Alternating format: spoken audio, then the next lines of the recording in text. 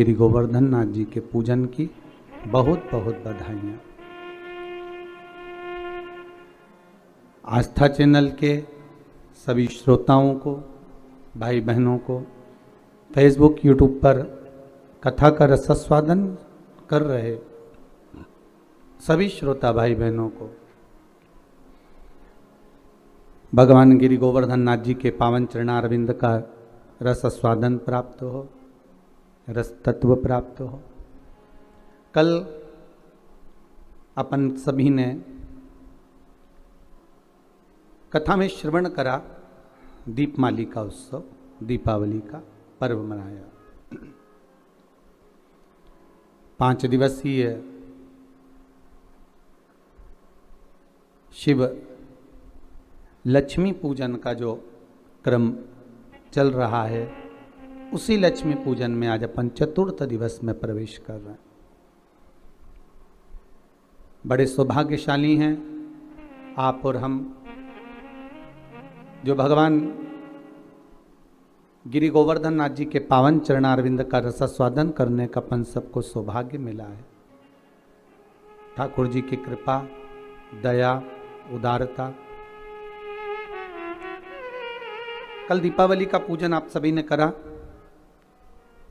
आप और हमने मिलकर खूब दीप उत्सव मनाया, माता लक्ष्मी को अपने घर में बुलाया। पर निवेदन है, केवल माता लक्ष्मी को ही अकेले नहीं बुलाना है।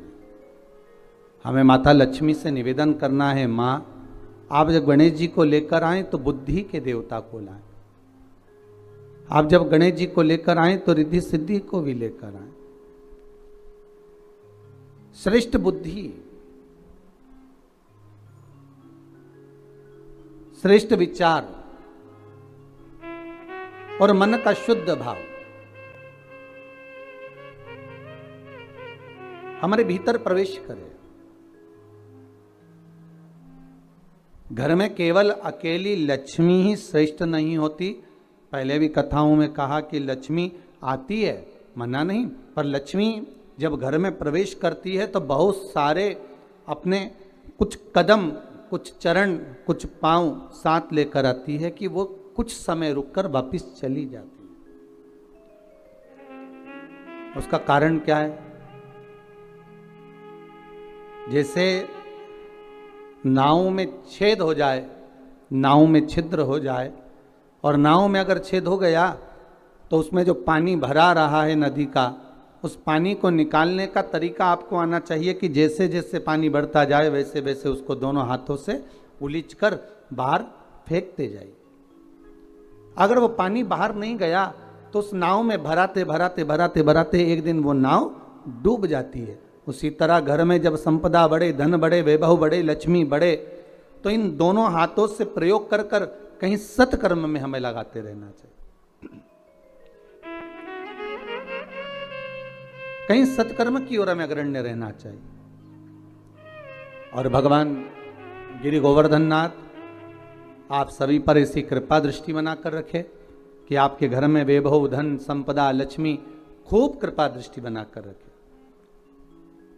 दीपावली के द्वितीय दिवस में भगवान गिरी गोवर्धन नाथ जी के पूजन का महत्व हमको बताया गया।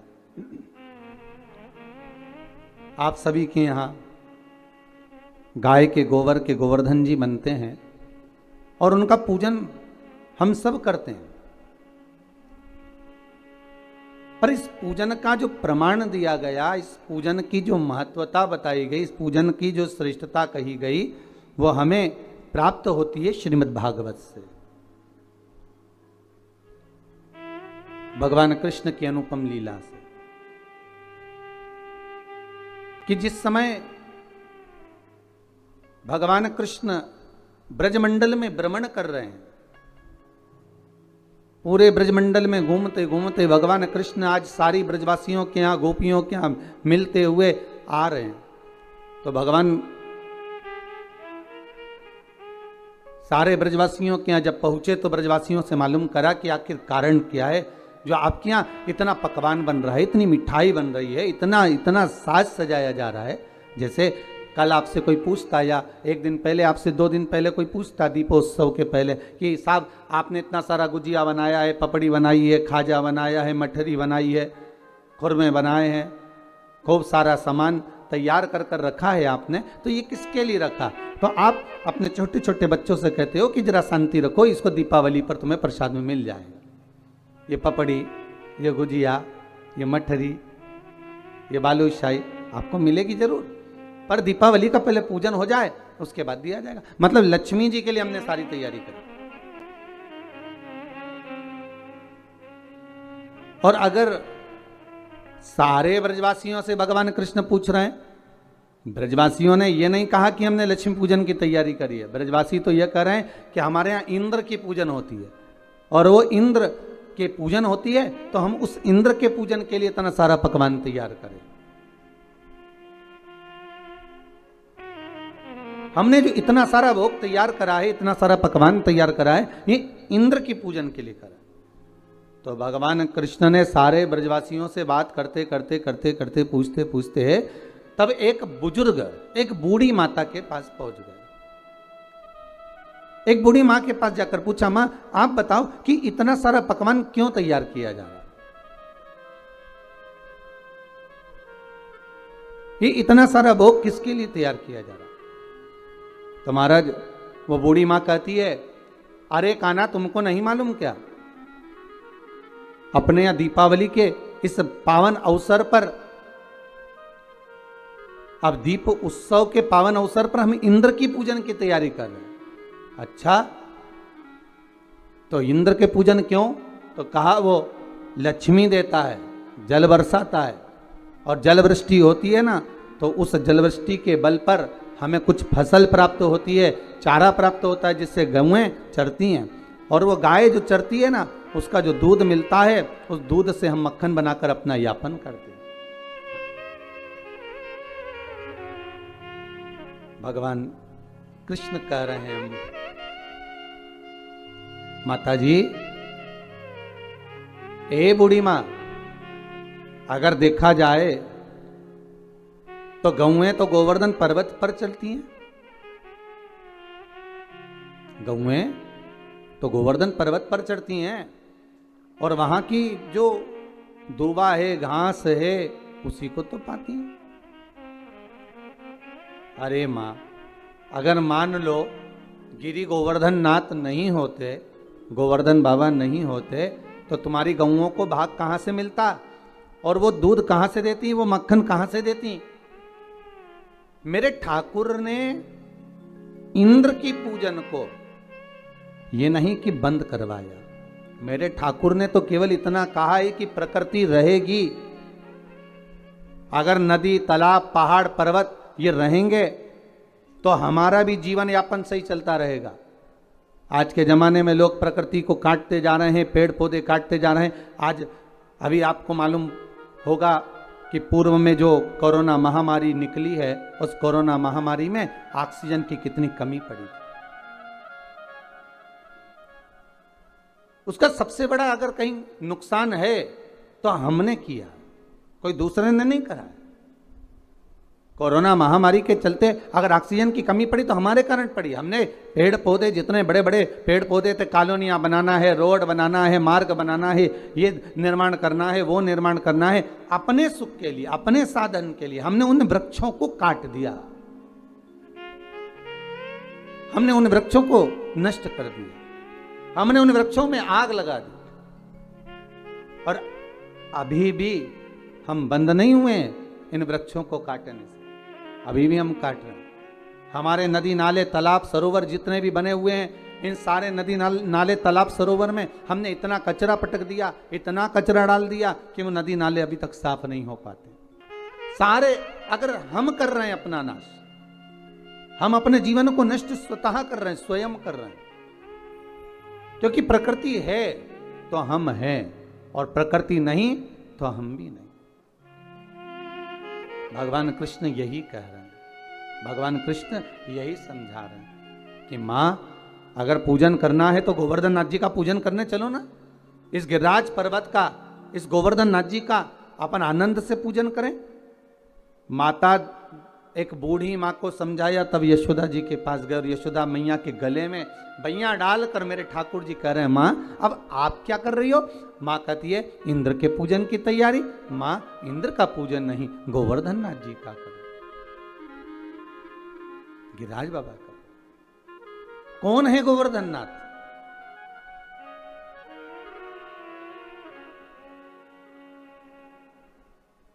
पुलस्त ऋषि के मन भाए, जोर विनय कर तुमको लाए। ये कौन है गोवर्धन नाथ? महाराज, जिस समय पर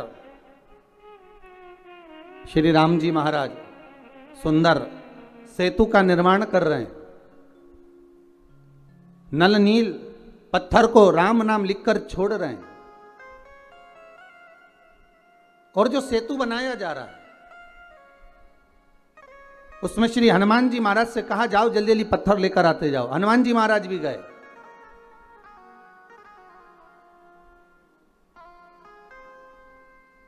महाराज और हनुमान जी महाराज गए और गिरी गोवर्धन नाथ जी को उठाकर लिया है।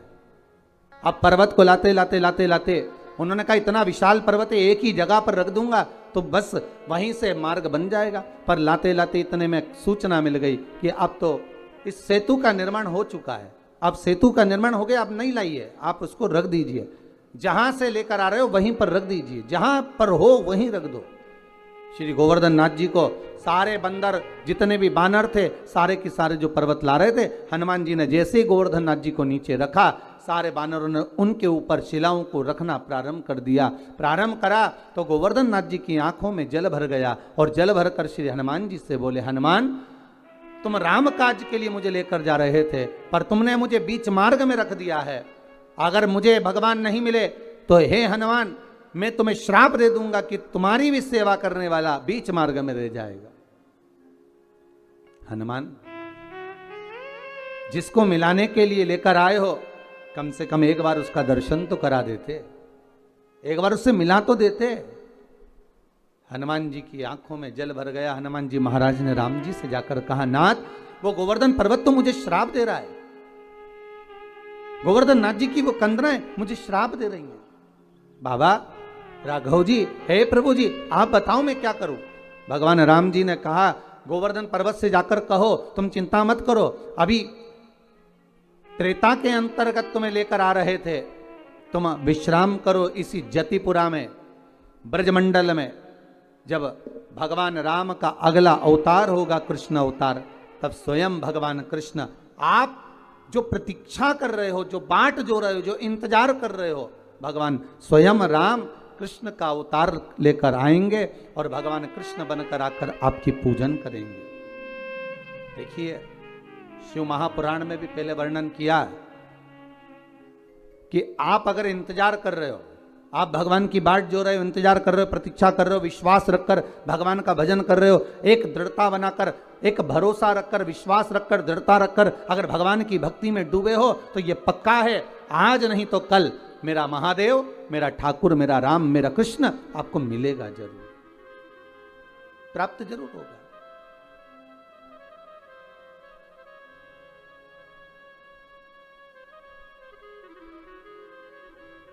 वो मिलेगा जरूर महाराज।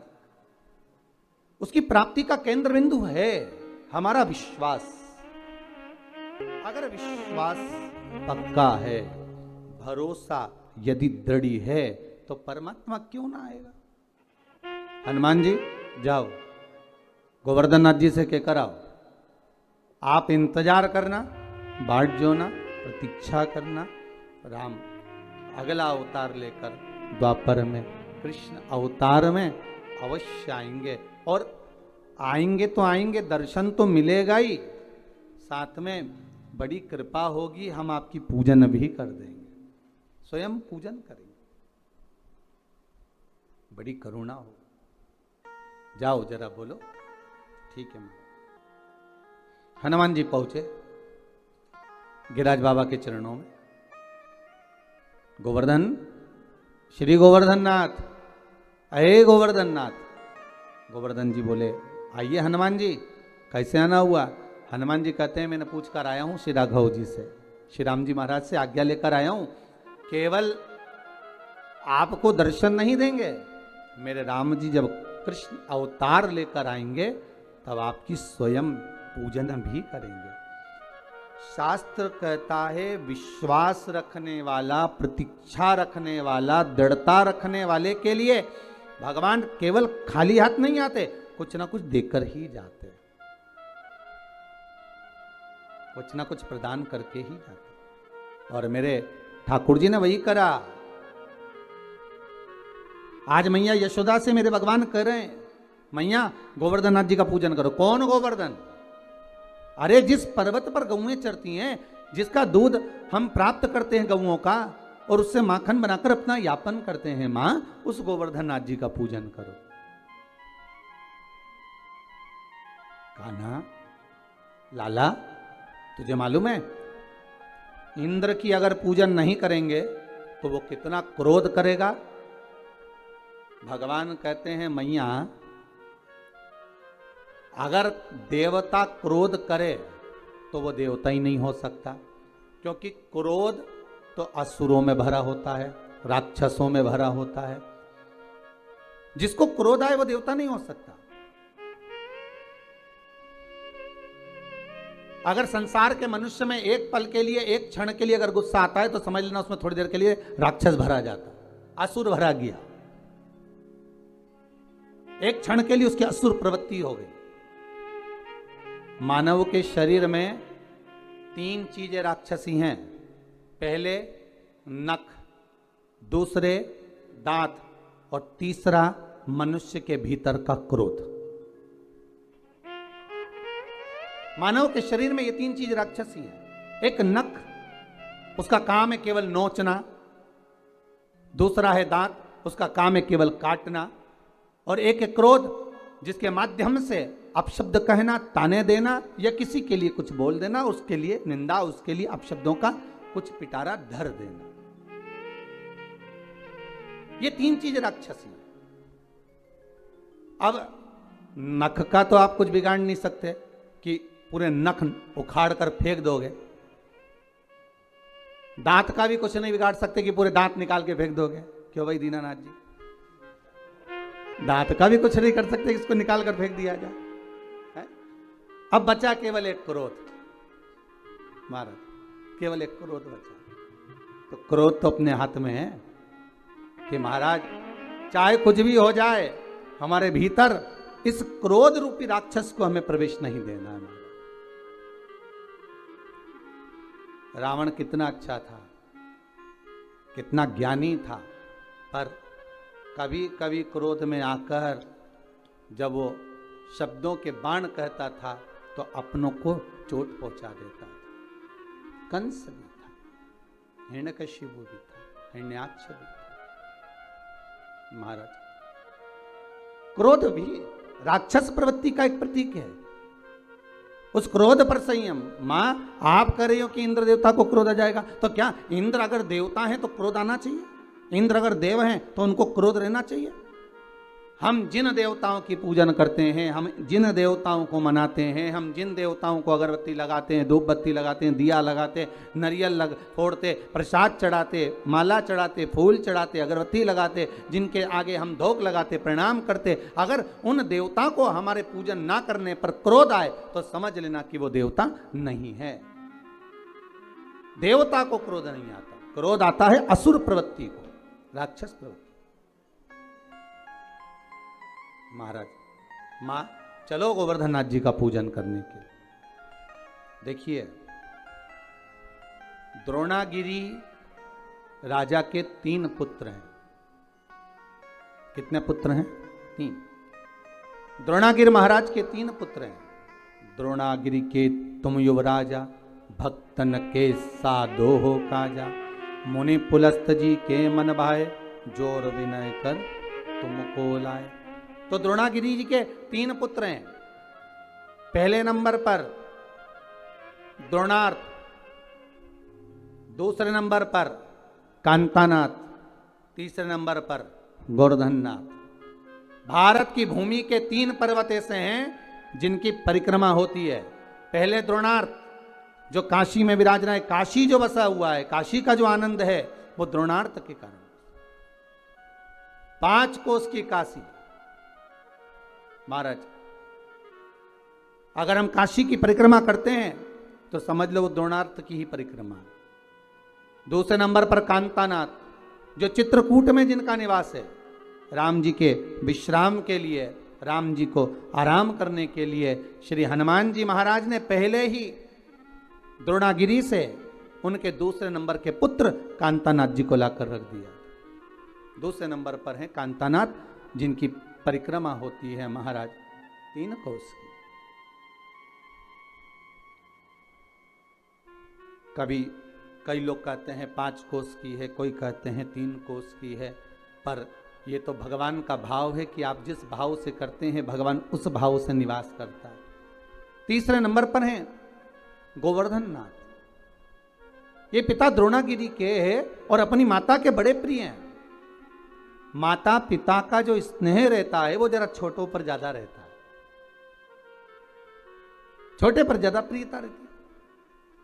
बड़ा पिता को प्रिय, छोटा माता को प्रिय। अब बचा है बीच का मंझला, जो बीच का रह गया मंझला, तो कहे ये किसका प्रिय है? तो शिव महापुराण कथा कहती है ये भोलेनाथ जी का प्रिय है, ये ठाकुर जी का प्रिय है, राम और कृष्ण का प्रिय है। अब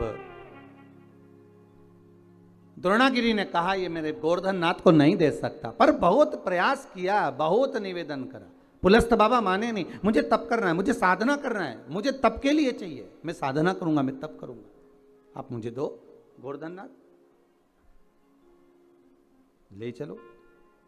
गोवर्धन नाथ जी से कहा आप हमारे साथ चलिए। गोवर्धन नाथ जी ने पुलस्त बाबा से कहा अगर मेरे पिताजी आज्ञा देंगे, मेरी माता मुझे आज्ञा देगी तो मैं अवश्य चलूंगा, पर ऐसे नहीं जा सकता, मैं बिना माता पिता को बोले नहीं जा सकता।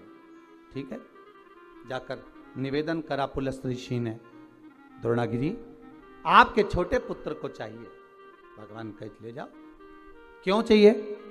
मेरे 2 पुत्र जा चुके हैं, एक पुत्र को तो मेरे पास में रहने दो, हमें तप करना है। ठीक है, माँ ने खूब मना करा, द्रोणागिरी भी चाहते थे कि नहीं भेजूं, पर माने नहीं। द्रोणागिरी से लेकर गोवर्धन नाथ जी को उठाया गोदी में, पुलस्त ऋषि लेकर चलने लगे। गोवर्धन नाथ जी की आंख में जल भर गए। गिरिराज बाबा ने कहा सुनो पुलस्त बाबा, जिस स्थान पर आप मुझे रख दोगे वहां से फिर उठने वाला नहीं हूं, ध्यान रखना, नीचे रखने से पहले विचार कर लेना आप मुझे। ठीक है, पुलस्त ऋषि ने मन में सोचा इतना छोटा सा रखा है, मेरी गोदी में बैठकर चल रहा है और मुझको कह रहा है कि जहां रख दोगे उठूंगा नहीं। जब अभी उठा सकता हूं तो बाद में क्यों ना उठा सकता हूं। चले, पुलस्त ऋषि लेकर चले। बीच मार्ग में पुलस्त बाबा जब जतिपुरा में पहुंचे, ब्रज के रज में जब पहुंचे, ब्रजमंडल में जब पहुंचे, पुलस्त बाबा थक चुके थे, इसलिए जल का पान करने के लिए गोवर्धन नाथ जी को नीचे रखा। जैसे ही गोवर्धन नाथ जी को नीचे रखा, पुलस्त बाबा वापस उठाने लगे, उठा नहीं, गोवर्धन नाथ जी उठते नहीं। पुलस्त बाबा को क्रोध आ गया, हाथ में जल लेकर कहा सुनो गोवर्धन, तुम जिद्दी हो, उठते नहीं हो मुझसे, इसलिए मैं तुम्हें श्राप देता हूं कि तुम तिल तिल घटोगे।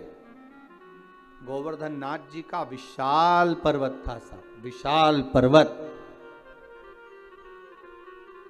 महाराज तिल तिल तिल तिल बाबा घटते गए। और सबसे प्रसन्नता का बात, सबसे प्रसन्नता का आनंद तो यह है,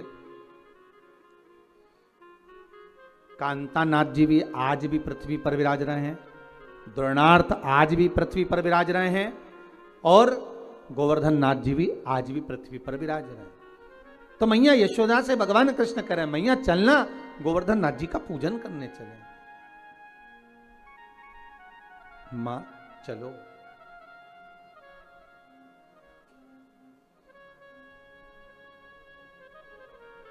मां चलो गोवर्धन नाथ जी का पूजन करने। मैया ने कहा लाला चलने को तो चल चलें, पर पहले नंद बाबा को आन दे, तेरे बाबा आएंगे और वो आज्ञा देंगे तो हम चलेंगे। मैया आप चलो तो मैया।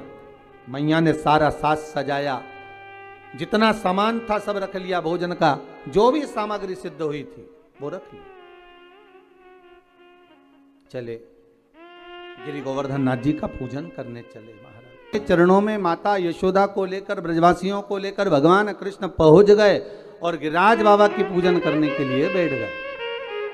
अब ध्यान दीजिएगा महाराज, यहां पर भगवान कृष्ण गोवर्धन नाथ जी के सामने सारी सामग्री लेकर जो जो बनाकर लाए थे सब रख दिया और सब रखकर हाथ जोड़कर बैठ गए। अब भगवान सारे ब्रजवासी आपस में बात कर रहे, इस पत्थर में से कोई देवता निकलेगा, पर्वत में से कोई देवता निकलेगा। अब देवता कैसे निकले? सारे ब्रजवासी बात करने लगे, ये नंद बाबा को छोरा ने तो पूजन करा दी, पर इसमें से कोई देवता निकलेगा ही नहीं। इंद्र होते तो अभी तक खाकर चले जाते, भोजन कर कर चले जाते। जब भगवान प्रकट ही नहीं हो रहे, भगवान कृष्ण ने हाथ जोड़ा, हे गोवर्धन बाबा बड़ी कृपा करिए, है दयालु दातार, आइए प्रकट होइए, ब्रजवासी आपके लिए इतना सामग्री बनाकर लाए हैं, आप पाइए। भगवान कृष्ण का तो कहना ही था, भगवान कृष्ण का ही एक अंश अवतार गोवर्धन पर्वत में से प्रकट हो गए गिरिराज बाबा। हजारों हाथ कर लिए, भोजन करना प्रारंभ करा। जैसे ही भोजन करना प्रारंभ करा, सारे पात्र खाली होने लगे, ब्रजवासी आपस में बात करने लगे। हे भगवान बड़ा गजब हो गया, इंद्र था तो भोजन करने के बाद थोड़ा छोड़कर भी जाता था, ये तो पूरे की पूरे बर्तन की बर्तन निपटा दिया रहा है, ये तो सब खाया जा रहा है, सारा पाया जा रहा है। भगवान कृष्ण ने शब्द सुना तो भगवान हाथ जोड़कर बोले, हे गोवर्धन नाथ दादा कृपा करिए बाबा, इन ब्रजवासियों के लिए थोड़ा सा प्रसाद छोड़ दीजिए। गोवर्धन नाथ जी ने आवाज कर कर कहा, आकाशवाणी कर कर कहा, सुनो कृष्ण, इन ब्रजवासियों ने मेरे को खाने से रोका है, इसलिए आज के बाद मैं केवल भाव से जीवने के लिए आऊंगा। और महाराज तब से मेरे गोवर्धन नाथ भाव से जीवते। आप भी अपने घर में जब भोग लगाते हो, एक कटोरी सामग्री बनाकर भगवान के सामने रख दो और एक कटोरी सामग्री बनाकर अलग रख दो। दोनों में जो स्वाद होगा, जो भगवान के सामने रखी है उसका स्वाद अलग होगा, जो अलग से रख दी फ्रिज के ऊपर, फ्रिज के अंदर, उसका कोई स्वाद नहीं है, पर भगवान के सम्मुख में जो पहुंच गई उसका स्वाद बढ़ गया। भंडारे की पूड़ी, भंडारे की सब्जी घर में बनाकर खाओगे वो आनंद नहीं आएगा, पर वही सब्जी भंडारे की प्रसाद की पाओगे उसका स्वाद बढ़ जाएगा महाराज, क्योंकि उसमें भगवान पा लेता है, भाव से पाता है, भाव से। महाराज अब भगवान कृष्ण ने जो ब्रजवासियों के साथ में मिलकर गोवर्धन नाथ जी का पूजन किया है, आज ही के दिन गिरिराज पूजन के दिन, दीपावली के दूसरे दिन जो गिरिराज बाबा का पूजन किया गया, वही गोवर्धन पूजन की कथा आज चल रही है, वही गोवर्धन चरित्र। जरा ध्यान दीजिएगा, गोवर्धन पूजन के दिन जो भगवान कृष्ण ने ब्रजवासियों के साथ मिलकर भगवान कृष्ण को भोग लगाया, गोवर्धन नाथ जी को भोग लगाया, वो 56 भोग नहीं था, वो अन्नकूट था। इसलिए आज भगवान गोवर्धन नाथ जी का अन्नकूट महोत्सव का एक आनंद है। 3 भोग होते हैं, अन्नकूट,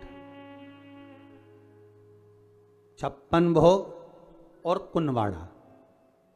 महाराज दीपावली के दूसरे दिन जो आप भगवान को भोग लगा रहे हो ये अन्नकूट है। 56 भोग कब लगे? जब भगवान कृष्ण ने गोवर्धन पर्वत को अपनी उंगली पर लिया, 7 दिवस तक जलवृष्टि हुई, 7 दिवस भगवान पर्वत को अपने उंगली पर धारण कर कर रखे। एक दिन में मेरे श्री जी बाबा को, मेरे ठाकुर को, मेरे कन्हैया को, मेरे कृष्ण को एक दिन में 8 बार भोजन आता है। 7 दिन तक भगवान जब तक गोवर्धन पर्वत को अपनी उंगली पर धारण करके रखे तब तक भगवान ने कुछ नहीं पाया। और जब 7वां दिन पूर्ण हुआ तो एक दिन में 8 बार भोग लगता था, इसलिए 7 दिन का 8 बार का भोज इकट्ठा करके भगवान के सामने रखा तो सतवटु 56, ऐसे भगवान के सामने 56 भोग आया। तो आज जो भोग लग रहा है वो अन्नकूट है, वो अन्नकूट है महाराज। तो महाराज जो दीपावली के दूसरे दिन लगा वो अन्नकूट है। पर्वत उठाने के बाद 7 दिन का जो भोज इकट्ठा हुआ वो लगाया, वो 56 भोग है। और भगवान कृष्ण के साथ में सारे ब्रजवासी नंद बाबा के साथ में मिलकर जो भगवान गोवर्धन नाथ जी का प्रति समय पूजन करने जाते थे और जो भगवान को भोग लगाते थे, वो उसको कुनवाड़ा कहा गया। कुनवाड़े का मतलब है कुनवे के साथ, परिवार के साथ में जाकर भगवान को भोग लगाया जाए, वो कुनवाड़ा है, वो कुंजवाड़ा। महाराज सारे ब्रजवासी भगवान का पूजन करा, आ गए। देवऋषि नारद इंद्रदेव के पास पहुंच गए। महाराज में पृथ्वी पर आपका पूजन होता था, अब आपका पूजन बंद हो गया, ब्रजवासियों ने बंद कर दिया। किसके कहने पर?